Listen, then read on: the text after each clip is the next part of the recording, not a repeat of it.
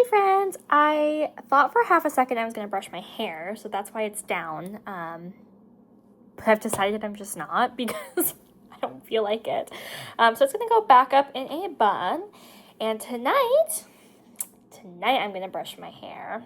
So yeah, for some reason I just thought I was going to like brush my hair on camera with you guys, but I just simply don't feel like it. So I'm not going to. Today's video, it's going to be a chatty one. I can already tell just based off of the way I'm feeling. I'm feeling very emotional today. Not in a, I feel like I'm going to cry kind of way, but I'm just feeling some emotions very, very strongly today. And I want to talk about it. And I figured, what better way? Do you like how I've been putting this on top of lipstick? What better way than to come on here and talk to my sounding board about it? Because I've alluded to this topic quite a few times, and it's not a secret.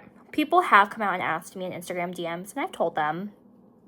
It's not a secret, it's just something I'm still trying to figure out and something I'm still trying to work through, so I don't want to, much like my makeup rehab I'm going through at the moment with myself, I don't want to put something out there and then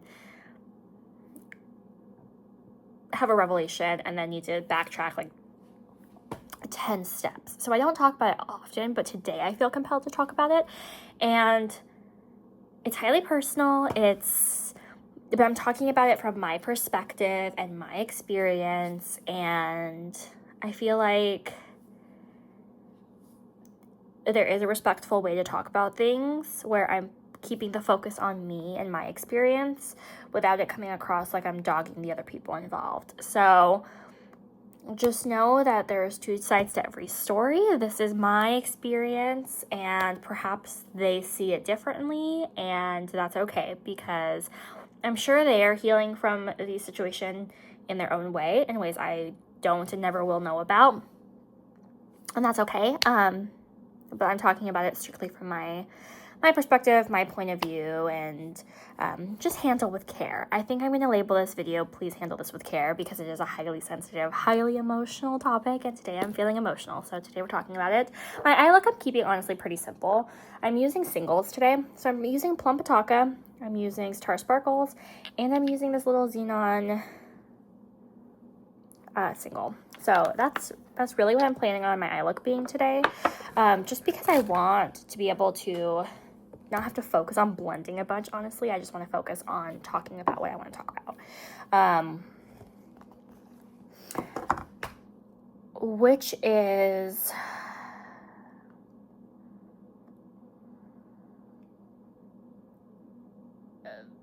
the pain of doing things that you know are right and that you know you have to do without ever getting answers and without ever getting closure. I'm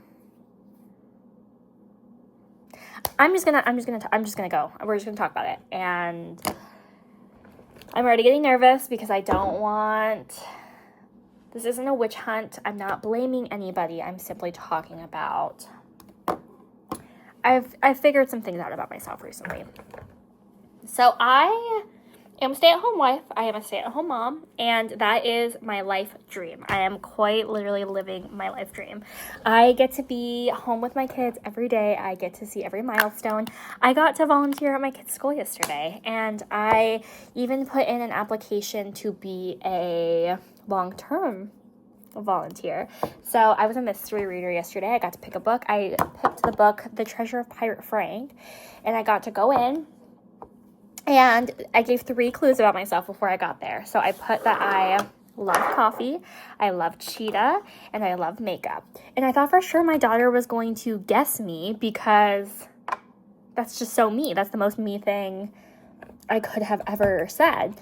And she didn't. So I walked in and she was like, oh, my mom! And then like her classmates, because they see me at the bus twice a day, they see me at birthday parties, they see me out with my kids at the parks, like they are aware of me, and I'm obviously pretty. I wear makeup and I have dyed hair, so I'm pretty easily detectable. And they were like, it's Citra's mom. And it was just so much fun. And it was very exciting. And genuinely, I just want to say I'm very, very grateful and thankful and so happy and so fulfilled. And just, I've dreamed about being where I'm at. And the story in no way is dogging on my life as a stay-at-home mom or wife. I love it. That's the one thing that I think would have stayed true whether or not the rest of this story happened. I think I would have always wanted to be a stay-at-home wife and mother. But I think the feelings of it being bittersweet and it being emotionally taxing and it being hard come a lot from my childhood. And that is what I really want to talk through. Why is this upsetting me so much today? And I think I just got it. So I told you guys many, many times I didn't have a mom. My mom was young. She was very, very young. She was a young mom. She had my older now sister when she was 15. And she had me when she was 21. So at 21, she was married and divorced. Not to my dad, but to my sister's father. And I don't think she finished high school. I don't think she got a GED either. I think she dropped out. And I know that she was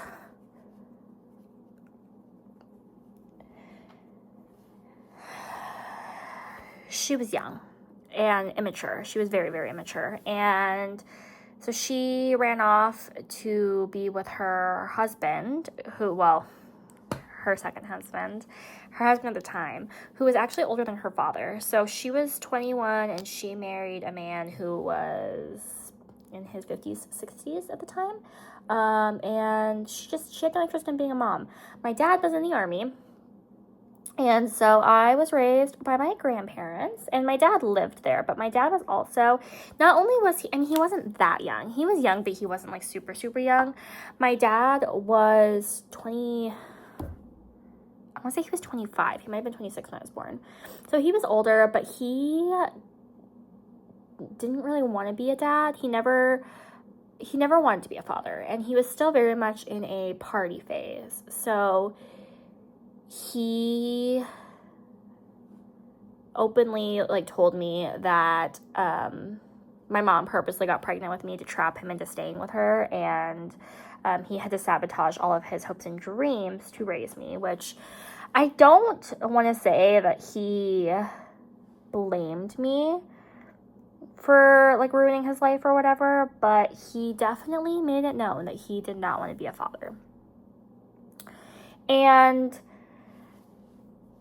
But, good on him. He stepped up and he tried to be there. And despite not really wanting, I think I am going to take a shade or two from my Haunted Europe palette just to set the primer and get my shape sorted out. Because I'm really questioning my ability to do that with a cream shadow. So I'm going to take my Scott Barnes 63 brush to do this. So he stepped up. He financially provided for me. I saw him. He was there. Where our memory differs is that he tells me that it's still to this day, he tells me that he raised me, which I disagree with. And he tells me that he was a good father, which I also disagree with. And not because he did anything that was terrible. It was more what he didn't do. It was his inaction, I think, made him a terrible father. My dad was very emotionally unavailable. He was in his party phase, and he didn't really want to stop being in his party phase. So I remember, but it shifted. So he used to leave the house at 3 a.m. for his 9-to-5 bank job. And he wasn't a banker. He was doing one of the, I don't know, something behind the scenes. And he worked, decently far away, probably like, I would say 45 minutes if there was no traffic, but there always was because the major freeways here are, it's I-5. I mean, you guys know, it's notoriously just terrible. So he would leave at 3 a.m. and he wouldn't come home until 8:30 p.m. is what I remember. And so he didn't see me. He didn't see me at all. He left when I was asleep and he got home after I was either asleep or getting ready to sleep.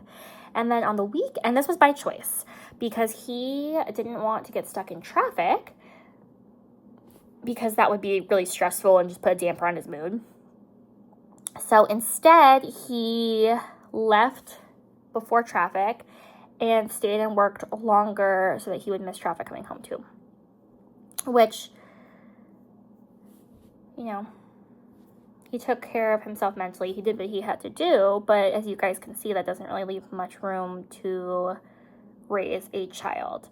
So on the weekends, when he was home, he needed to wind down from his stressful day at work. And he did this by video games. He didn't leave the house. He didn't go out and party, but he was up playing his video games all hours of the night. I mean, I'm telling you guys, all hours of the night. He constantly. He would wake up in the middle of the night and he would go and play, and then he'd go to bed for a couple hours, and like throughout the day, if he wasn't napping, he'd be on his video games. His idea of quality time with me was taking his phone to a sit-down restaurant and being on his phone the entire time because he was worried. He did the fantasy sports games. So obviously on the weekends or when a lot of football games are and stuff like that, and he wanted to be able to drop players or trade players so he had the best chance of winning his leagues.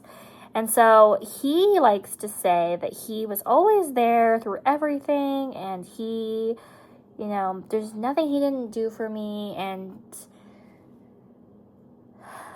he wasn't emotionally available. He wasn't somebody I ever looked to for guidance or advice. He wasn't somebody who I ever like enjoyed hanging out with. I reached the point where I started refusing to go to restaurants and stuff because I was like, I'd rather be home, when the reality was I just didn't want to be around him. And I know that's sad, but it's an important part of the story here, so bear with me. So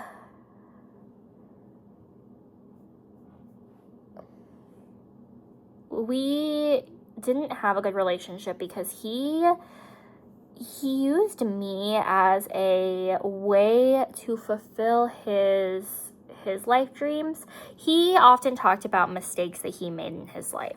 And he was like, "You're my do-over. You're giving me a second chance." And I'm like, "It's not my life. It's not your life though. It's my life. Like it's not your do-over. You certainly could, you know, give me words of wisdom, but it's my life." So my dream was to go to NYU and to live in New York City. I loved big city life, and I was certainly smart enough because I was an overachiever as a kid. I was always on honor roll. I was always in the most advanced courses. I was a bookworm because my value as a person was defined as my grades and my productivity and what I could do for future employers. It was never about like who I was as a person, the kindness and love in my heart. It was always just on paper, how attractive do you appear to future employers or to schools, or, you know, you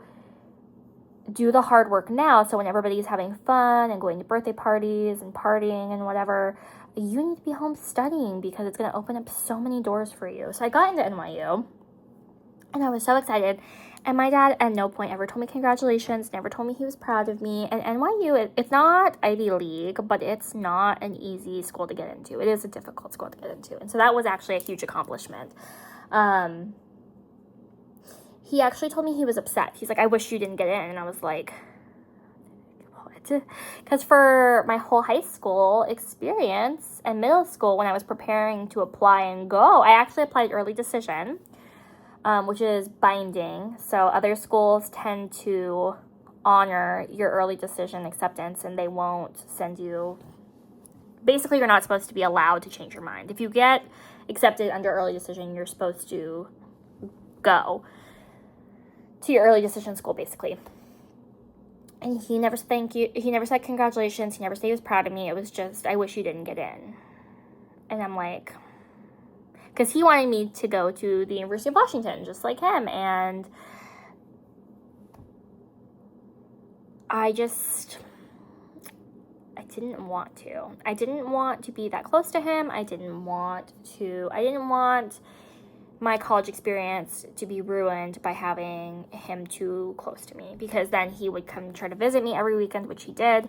I just didn't feel like I could gain independence and be my own person if I was close to home. But he just made it about him, and he kind of tainted the whole experience for me. So eventually I said, fine, I'm not going to go to NYU. And I've never seen him more happy in his entire life. That was literally the happiest I have ever seen him. Says a lot, right? He forced me to do sports he wanted me to do, because do you know how proud I would be if I could see you playing soccer?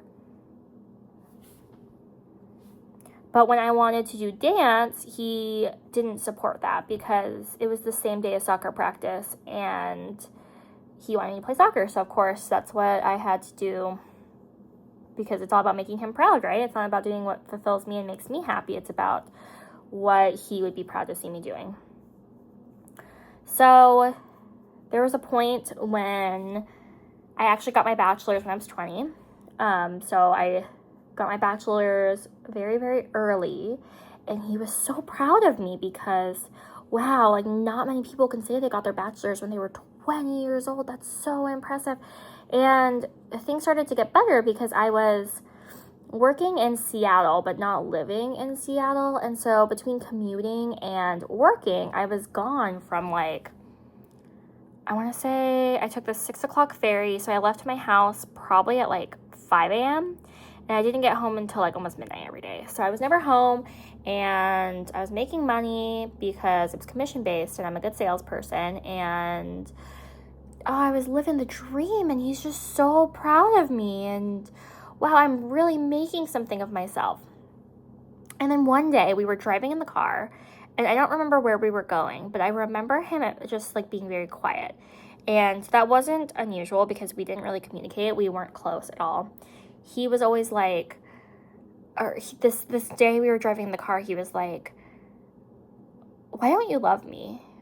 Like, girls are supposed to love their dads. Why don't you love me? And I remember just being like, should I be honest? Like, does he really want to hear it? Or is this going to turn into, like, a fight? Because I don't want to fight. Like, at this point, I already accepted, like, this is just how things are going to be with us. And there's no point in fighting. I'm using my Scott Barnes 60 brush, which I think is supposed to be a lip brush, but it's going to be a cream eyeshadow brush today with my Kofi Plumpataka. And so I decided I was going to be honest, but try to be gentle about it. And I was like, I don't think that you were a very good parent. I think that you have gotten better over the years, but I think that you were pretty unavailable, like, emotionally throughout my childhood. And he got defensive, and he was like, I do everything for you. I'm always there. There's nothing I don't do for you. But anytime I tried to come to him with a problem, or I would try to tell him, like, I'm upset, he would just be like, you need to have thicker skin. Like, these people don't matter. These people are jealous of you. These people just don't matter. And I was like, that's not what I want to hear. I don't want to hear, I need to toughen up. I don't want to hear I need thicker skin. I want you to be understanding, and just let me, be emotional. But I could never let him see me cry. Crying was a sign of weakness. Oh, and he also often told me that I was supposed to be his son. And he wishes more than anything that I was his son, because he didn't want a daughter. And so he treated me like I was a boy. I couldn't cry. I had to be strong. I had to be, all this stuff. But when I tried to express myself, like, I'd be like, what the fuck is wrong with this person? Like, oh, well, you're a lady. Like, saying fuck is so unladylike. Like, yada, yada, yada, yada, yada. So I knew from a very young age that I was never going to have a great relationship with my dad, but I never thought it was going to get to where we are at now. And of course, there's a lot to the story that I'm not going to get into because I just don't think it's relevant. And again, I'm not coming here to air out family drama or any of that. I think that I'm giving as bare bones background information as I can to make why I'm feeling the way I am, I guess, like, it's been a long time coming. There's a backstory here. It's not like I woke up one day and I was like, I'm going to never talk to my family again. There was a long family history here that I'm not going to get into, but just know that it was a long time coming. And I don't regret my decision. Ultimately, at the beginning of this year, 2025, I went no contact with my family for the last time. It wasn't the first, but it will be the last. We have gone no contact, oh man, so many times. Because growing up, so I lived with my dad and my grandparents. Whenever they got into arguments over just stupid shit, I mean, really, really stupid shit, they would react by going no contact until somebody felt better. And it would always be walking on eggshells and, you know, oh, this person's such an asshole, that person's just old and blah, blah, blah, blah, blah. But you could never speak up about it because they're old and they're going to die soon. That's always what they would tell me. But fast forward 2 decades, nobody's died. And 20 years is a long time where amends could have been made and real change could have occurred. But instead, they spent the whole time talking about how they're too old to change and how they're going to die soon, so it's not worth it. Things could have been much different, but they chose to not leave space for it to be different. So that's hard, but I mean, it is what it is. So at the beginning of this year, I went no contact with them for the last time. I'm going to be no contact with them until they die. That is a decision and that is a boundary I am not going to go back on. But it does come with a lot of heartache because my dad had my grandparents to raise me. So he didn't have to worry about daycare. He didn't have to worry about, accountability really. If he was ever, stuck in traffic, or if he ever wanted to go to a movie, or if he ever wanted to do anything ever, his parents were there to watch me for free. They didn't charge him, rent. They didn't charge him daycare, nothing at all. And in fact, my dad, he didn't even pay for my school clothes or my school shoes or anything. My grandma literally had to pay for all of it because my dad told me, verbatim, he told me if my grandma wasn't there to buy me school shoes and school clothes, that he would let me wear the same pair until they fell apart. And I wouldn't have nearly as good of a life if my grandma didn't exist. And I'm like, so I should be grateful. And if I ever disagree with something she says, or if I ever tell her that she's acting out of line, well, that's just simply ungrateful. And I need to remember my place and all this stuff. And I was like, I don't really subscribe to that because I think that, yes, what she did for me was very nice. And yeah, she was a stay-at-home wife and mom for her whole life, really. So she didn't have much money. She had Social Security, but that was not counting my grandpa's money. So my grandpa had obviously more. He had retirement and other stuff I'm unaware of, but they're doing well. And they're married. So I'm not going to sit here and be like, oh, that paints a very sad picture, right? Somebody, all they have is their Social Security, and it's, this much a month, and that's all the money they get. But if they're married, living with their spouse, and their spouse shares a bank account with them, you can't really say that, right? Because just because it's not in their name, like Sean and I share an account, Sean and I are married, it's our money. It's equally our money, even though he's the one who earns the paycheck, even though he's the one whose social security number it gets reported under. It's our money because we're married, and all the money goes to the benefit of both of us. It's not like, oh, I get $0 a year because I'm a stay-at-home mom. Like, no, we're a team, and everything we have is each other's. And the same is true for my grandparents. So anyway, I always thought that was weird because, okay, sure, she spent her money on me, but I don't think that I don't think any child should ever have to thank anybody for providing their basic needs. And this started when I was like really young. I remember being around my oldest age. I must have been around 8 when this bullshit started. No child, I mean, I can understand if I was like 17 or 16, and we'll get to this, but being a literal child and being told that you should be grateful because if it wasn't for this family member, you wouldn't have clothing or shoes. I think that's very disgusting, to say the least. And to put that thought into a child's head, it's very damaging. And you don't realize that when you're a kid. I know I didn't. But growing up, I'm like, no, that was really fucked. That was fucked. That was unfair. That was damaging. And he made me feel responsible for things that were ultimately his thanks to have. His parents ultimately were helping him with his responsibility to me. And I don't feel like it was fair for him to make it sound like I would have to go without basic needs if it wasn't for certain family members. So anyway,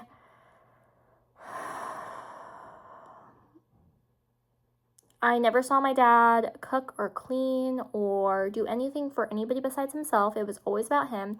And the way you show affection, you never say you're sorry if you wrong somebody or make somebody feel like terrible. No. You just like buy them stuff because money is the most important thing. Material objects are the most important thing. And I'm not going to get into too much about this because it's not really the point of the story I'm telling right now, but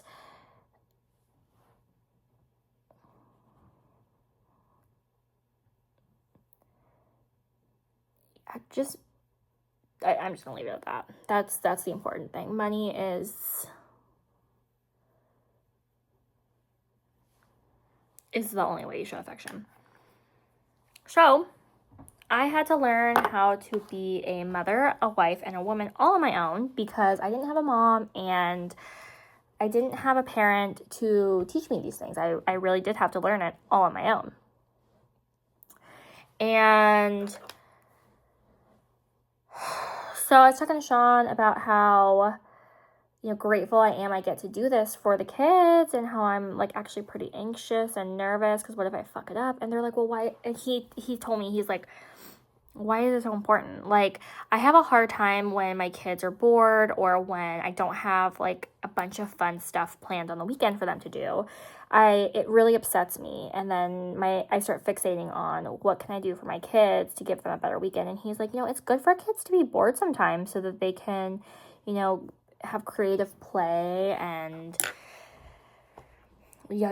And I was like, I understand what you're saying, but I can't do it. And that was what got me really thinking about this. He's like, well, why can't you do it? And I'm like, because I want them to have a good childhood. Their childhood is my responsibility. I need to make sure that I am giving them all the opportunities in the world, and it's my responsibility to make sure that they have a good life. And it is. It really is.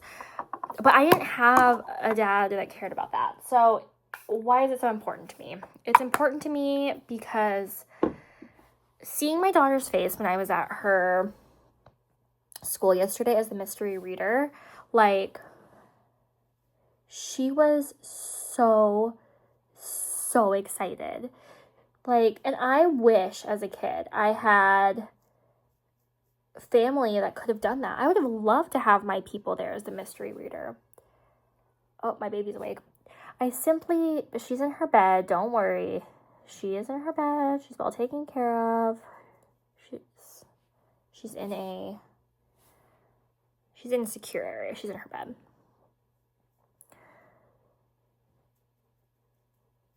I just knew it wasn't in the cards for me, so I didn't ask. And seeing how much it meant to her that I was there and that I got to be there, and it just makes me feel like, why could I never have had that? You know, it doesn't make me feel like I feel like there's two ways you can deal with pain and trauma, and there's a good way and there's a bad way. The good way is to learn from it and do better and be better. That's the good way to handle it. I want to be what my family never was for me. I want my kids to know that they can count on me and that no matter what, I value them and I'm going to be here for them. And I love them for who they are and for all that they are. And there's absolutely nothing they can do that I'm not going to support them and be there to help them. And I want them to know that they can count on me 100% of the time. But I didn't have that as a kid. I had constant walking on eggshells. I always felt like I was a burden. I never, not that I can remember, told my family I loved them because I just felt so compelled to. It was always, oh, go tell your grandma you love her. Like, it was never like, you know, I really love my family. It was always just, and seeing, I'm not going to get into the specific reasons why I'm no contact with them, but just know that there was a last straw earlier this year. It wasn't like I just woke up and was like, I think I'm just gonna, you know, be done. No, like, there was a last straw. There was something that happened. I don't think it's important enough to blast exactly what happened at this point in time on the internet. It's not a secret. If you absolutely want to know and have to know, DM me and I'll probably tell you. But just thinking about the fact that it had to get that far and the fact that, like, I'm still the one who's wrong. Like, objectively, they were wrong. Objectively, there's no possible way they can spin it where they weren't wrong. But yet I'm the villain, and I'm okay being the villain because it shouldn't even have been a conversation. There's no reason why that was the hill they had to die on, but it was. And they made their choice, I made mine. But it's like, as a mom, I know how easy it is to love my kids. And I know how easy it is to do right by my kids. And I know that you don't have to be perfect. Kids are wired to love you. They're going to love you. You just have to bare minimum. And I feel like neither of my parents gave me that. And I think the part that kills me is that they're still lying to themselves and still telling themselves that they did. And I'm like, no child wants to go no contact with their parent. No child wants to divorce their parents. If your child divorces themselves from you, it is your fault. It is your fault. I don't care how old your kids are. I'm almost 30, and I still think it's their fault because the fact that they put me in this position they did, where I'm not going to say like the specifics in this case, but I'll tell you a little bit more of the backstory. So my mom, I don't know her. I didn't have a mom. We didn't communicate. So when I talk about my parents, talk about my dad and my grandparents, I was married before I met Sean, and that marriage lasted for a year. and I filed for divorce, and they were not at that wedding. In fact, I didn't tell them I was getting married. I eloped, and then I told them I got married, and they were pissed.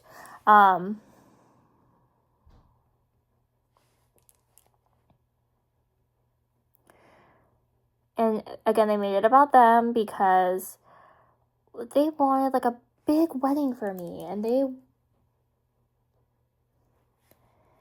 wanted that for me, and I took that from them because my marriage was about them.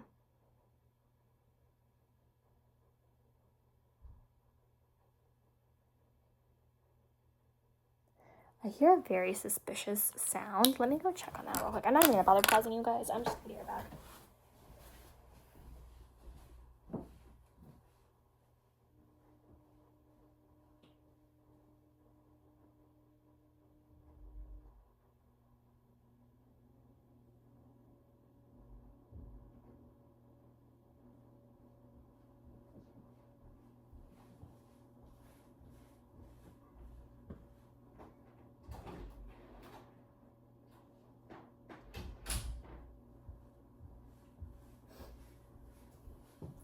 So it sounded like my kids were like kicking the wall or something, but they weren't. Like my baby's just on her belly, just like blowing raspberries.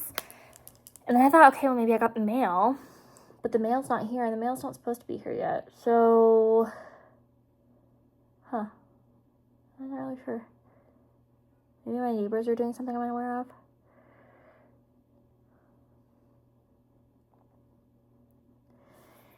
Anyway, so when I decided to get married to Sean, because Sean and I, and I'm not going to get into the story right now. This is a whole other story.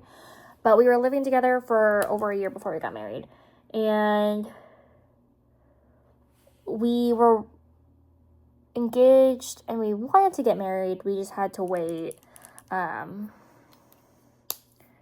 until his divorce went through before we could obviously legally get married. So that's a whole story, not for today, but oh, she's so upset.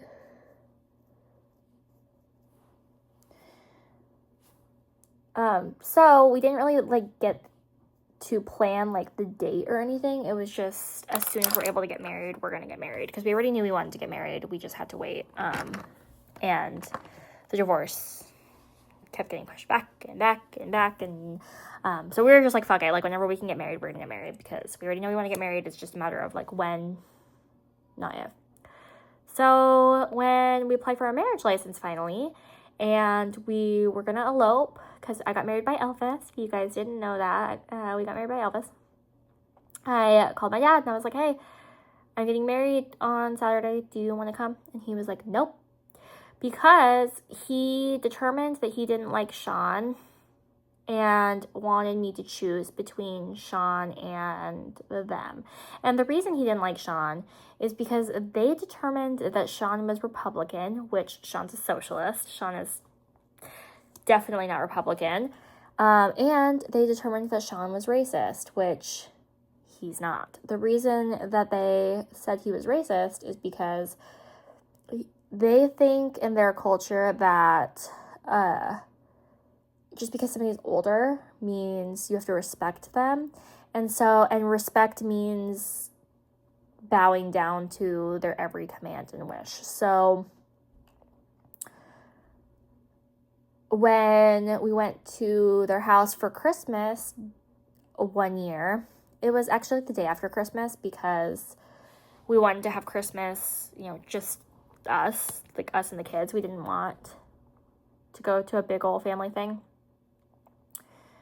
They asked if my oldest could have, I think it was apple cider or something like that. I don't remember. But I don't even remember what the situation was. Basically, we didn't want him to have whatever it was, and so we told them no. And that point forward, they assumed it was because he was racist and or a Trumper. And we're like, and so they often would, like every time I would go over there, they would tell me that they don't like him and that he's such an asshole. And I was like, okay, listen, like this is my husband. Like, you're not going to talk that way about my husband to me. And they're like, your family will always be there. Like, he'll drop you so quick. And I'm like, you're not going to talk that way about my husband to me. And so they made me choose. If there was a family event, I wasn't invited unless I didn't go with Sean. And so obviously I chose Sean every time because it's my husband and I love my husband. And so for a while they were like, well, can we have just your daughter, like just my 5-year-old? And for a while I entertained that, and until my youngest son was born, my 2-year-old, and then they never asked about taking him too. It was always just my daughter. And I was like, okay, listen, if you're not going to treat my kids all the same, then you're not going to have any of my kids, because they're siblings and they're getting older now and they're starting to realize that you're treating them differently. And I don't want you to treat my kids differently, because they're all, wonderful and beautiful and they all deserve the same love from you. And I'm not going to let you pick and choose which ones to love on and which ones not to love on. But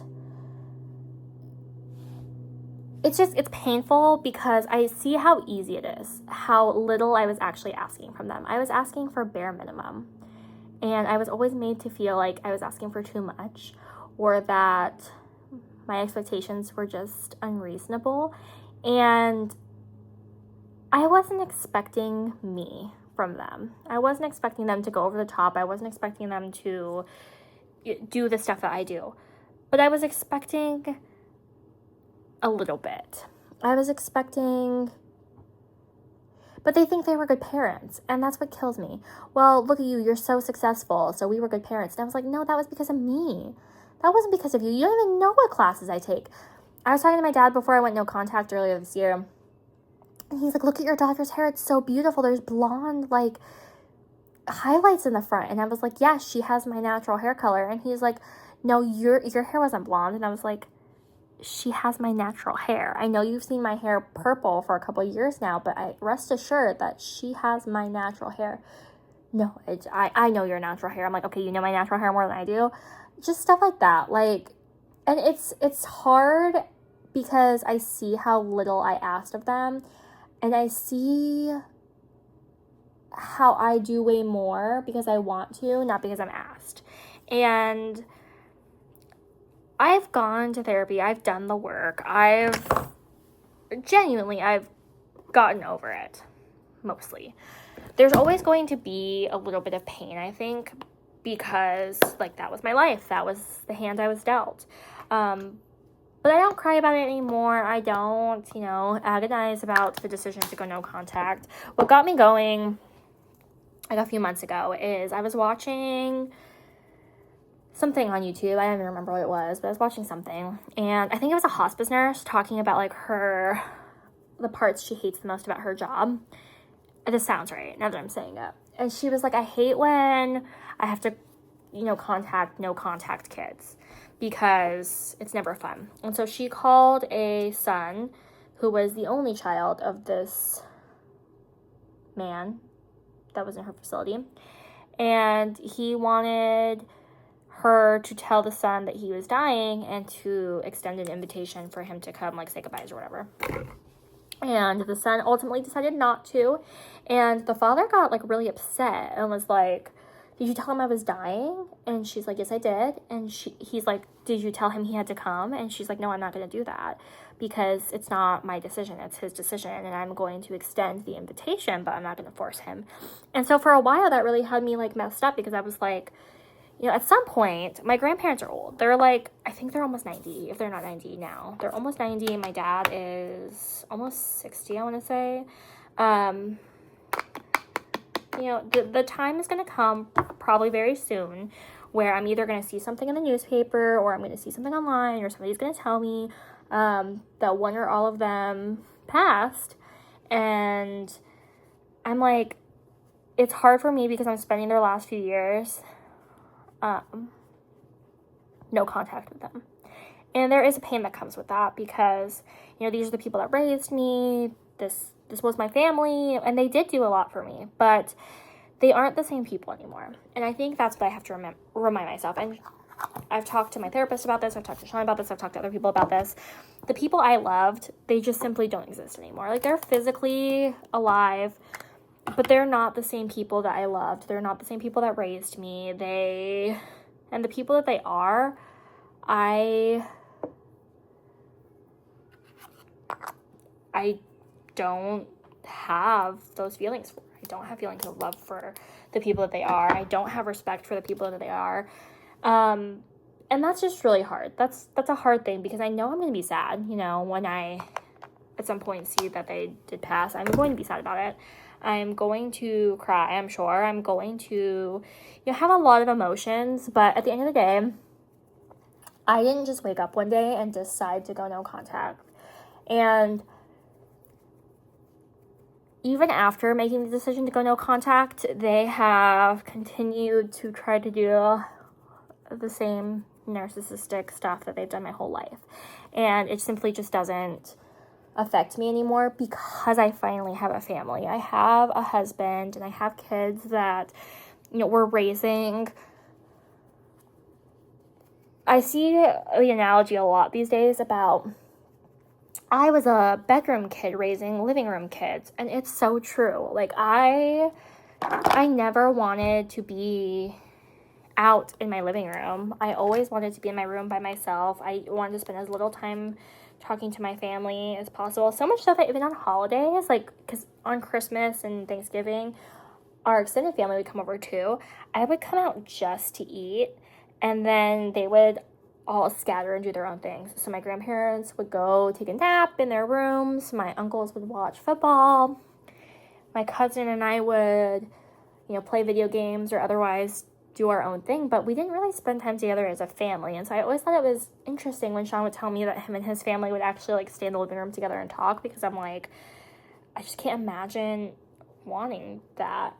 After meeting his family, I see why they want that, because I genuinely do love Sean's family. I do care about them a lot. I feel at home with them. I feel comfortable. I feel, yeah, like I could totally see wanting to spend time with these people. But I never wanted to spend time with my family. And so I'm raising kids that want to be around me, and that's a privilege. Like, they want to spend their time talking to me. They want to be around me. They want to hug me, and, like, they want those things. And I love that they want those things, and I hope that they never stop wanting those things. And it's my biggest joy, is just knowing that I'm doing what I wanted. I'm gonna go get Mama, because she's so, I hope that this doesn't dry. I hope my face, like, doesn't fall.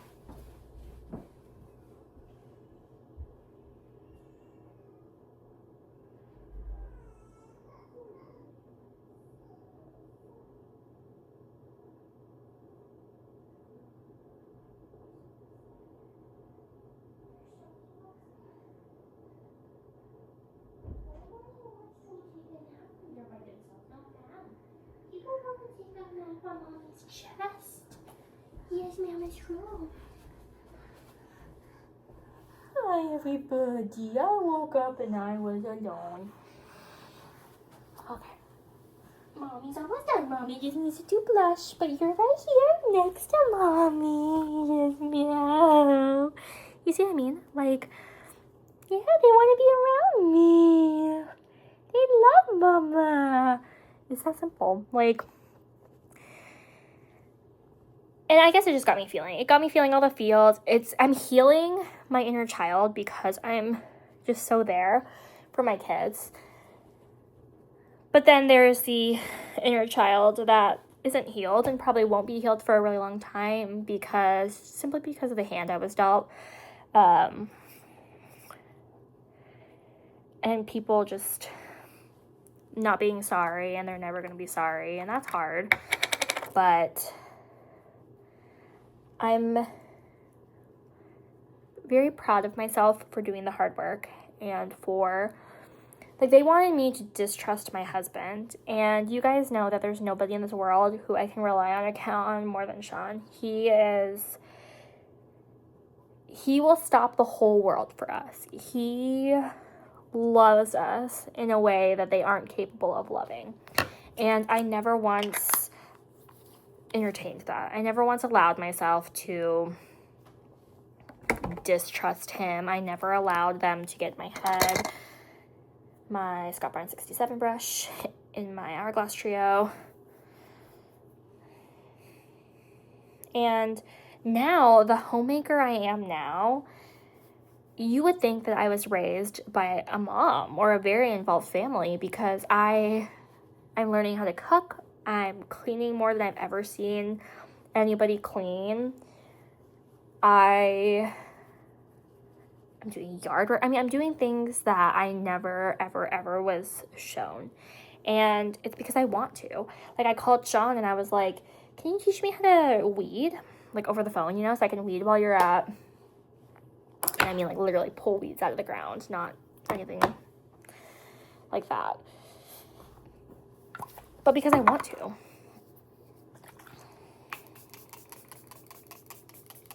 And I'm just very proud.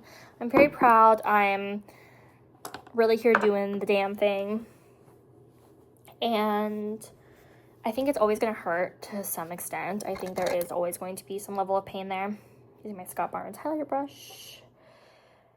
But I think that I am healing.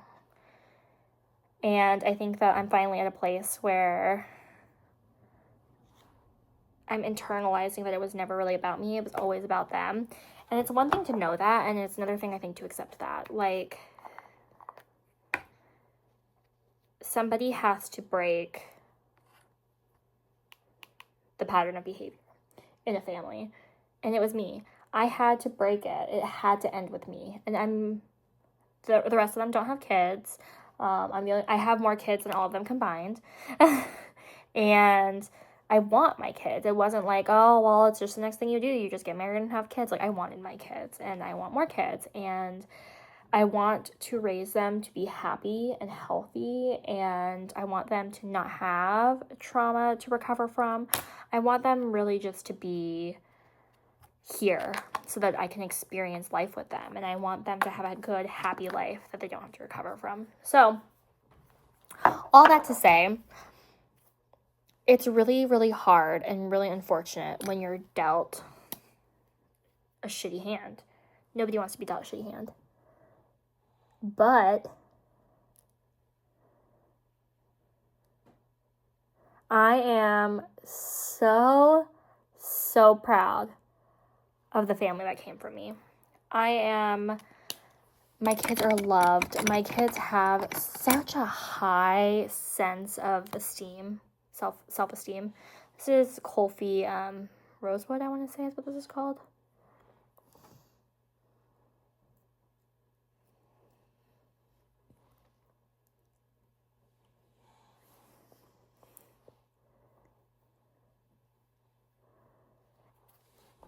And as much as people want to take credit for my accomplishments and the person that I am today, I know that I am who I am because of the hard work I put in, not because of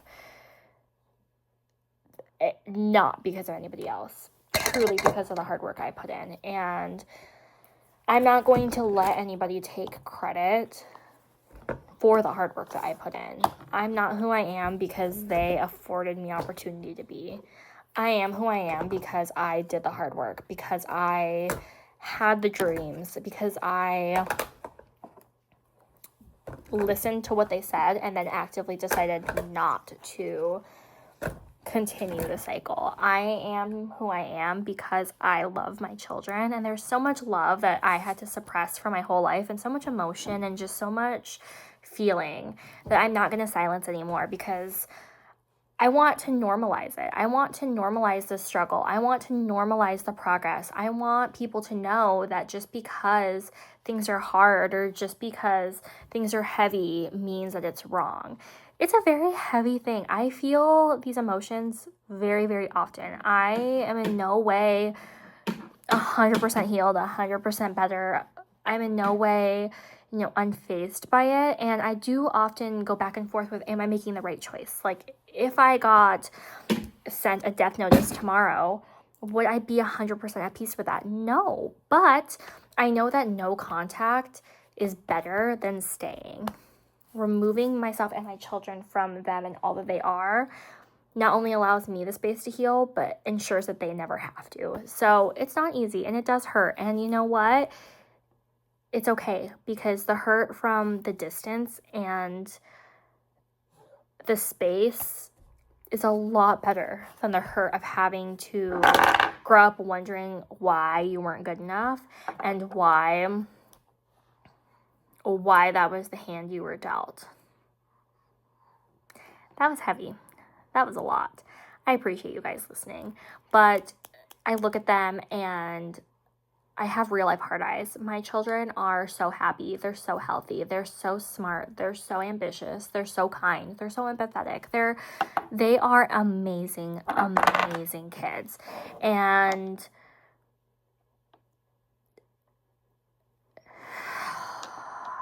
I hear the way they talk about themselves, and they talk about themselves so confidently, and they talk about themselves like they value themselves, and they talk about each other like they value each other. And I still to this day find myself just full of self-deprecation and full of doubt and just full of just like feelings of not being good enough, because that's what was instilled into me at a young age.